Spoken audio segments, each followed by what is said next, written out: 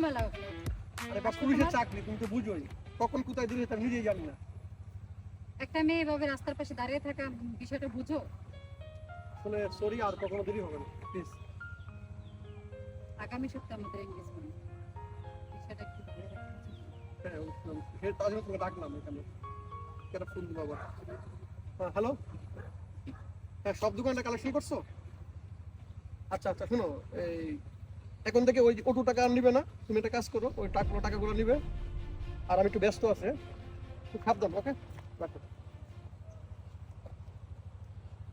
কিসের দোকান, কিসের ট্র্যাক, বিষয়টা বুঝলাম না। আর এই ডিয়াবাড়ি মোড়ে আমার হাতে একটা দোকান আছে, তো একটা ম্যানেজারও আছে, ওই ম্যানেজারই টাকা কালেকশন করছে। আর আমার কিছু রিস্ক আছে, আমি বলছি যে তুমি অটোওয়ালা তো গরিব, ওদেরকে টাকা নিতে হবে না, টাকা আছে কয়েকটা, ওই পঁচিশ টাকার কাছে টাকা নেওয়া যাবে।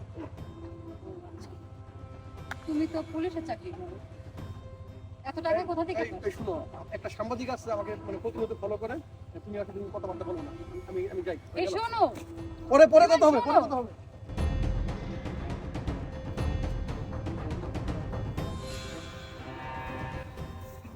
আসসালামু আলাইকুম। আপনি, আপনার পরিচয়? আমার পরিচয় হচ্ছে আমি এই দেশের একজন নাগরিক। ওদিক কি দেখছেন বারবার তো? যে লোকটা চলে গেল উনি কি হয় আপনার, যে অফিসার পুলিশের ড্রেস পরা? উনি আমার হাজবেন্ড, খুব হাজবেন্ড। খুব আসবে। জি, কবে বিয়া? এই তো আগামী সপ্তাহে আমাদের।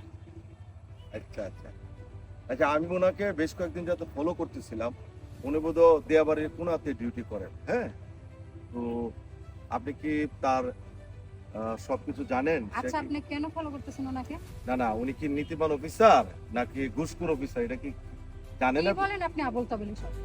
উনি একজন সৎ অফিসার, ফ্যামিলি জাইনা শুনেই ওনার সাথে আমার বিয়ে ঠিক করছেন। শুনেন, সবাই জানে যে ছেলে কাছে বিয়ে দিয়ে ছেলে খুব ভালো, বিয়ের পরে দেখা যায় নেশা করে। আর পুলিশ হয়ে থাকলে ম্যাক্সিমাম থামুন পুলিশ। আপনি, উল্টাপাল্টা কথা বলবেন না আমার হাজবেন্ডের সাথে।